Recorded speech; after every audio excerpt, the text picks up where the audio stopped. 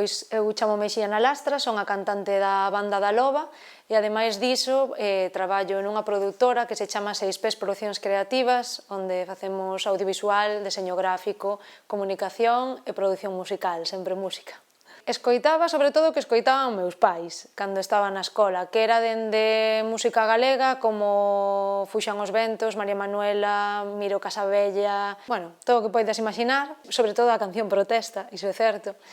e así me saín eu despois. E despois, por outro lado, tamén cousas que escoitaban eles, que non era música galega, que podía ser Mecano, Cómplices, Gabinete Caligari, bueno, así unha mexunxada.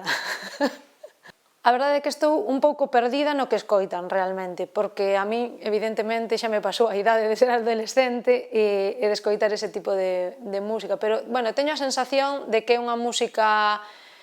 máis comercial, un pouco que nos venden tamén os mass media, nese sentido. Tamén as redes, internet, que é unha fonte de alimentación constante agora mesmo para a xente nova, que é o que máis consume, e que é difícil realmente, sendo un grupo galego, acceder a esas redes a nivel internacional, é como un xigante. Entón creo que vai un pouco por aí. E tamén, iso desde sempre, ir avencellado un pouco tamén aos sitios nos que socializas, de algún xeito, porque eu acórdome que cando eu era nova, escoitaba 100% Dreams e cousas así, porque era o que escoitábamos na discoteca cando saíamos de marcha, e eu supoño que eso seguirá pasando tamén un pouco a día de hoxe. O público da banda da Loba é moi diverso en idades, porque temos ao mellor dende nenos e nenas de 3 anos, 4 anos, ata persoas de 70. É moi diverso, tanto en idade como tamén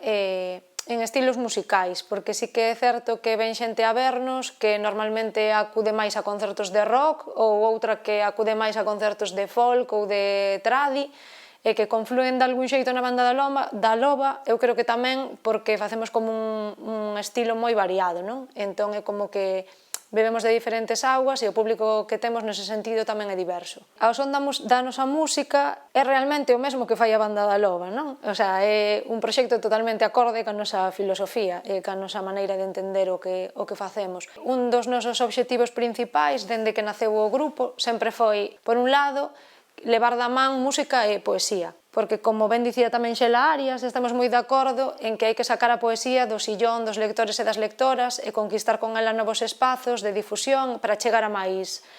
xente tamén. E pensamos que precisamente a xente a que máis importante é chegar é a xente nova. Por iso, unha das nosas obsesións desde o comezo foi entrar nos centros educativos, sempre unha vez ao ano polo menos, algunha vez arredor das letras ou noutros momentos, intentamos facer algo que sexa doado, de que entre nos centros educativos para que traballen con el, e dese xeito chegar a música galega e a poesía galega, non só a dos grandes clásicos como Rosalía ou Celso Emilio, senón tamén a das persoas que fan poesía hoxe en día en Galicia, que é unha potencia e dunha calidade tremenda. Pois mando un saúdo pro son da nosa música e nada, xa sabedes, a escoitar moita música en galego e ir a concertos, que a música ao vivo é o máis importante.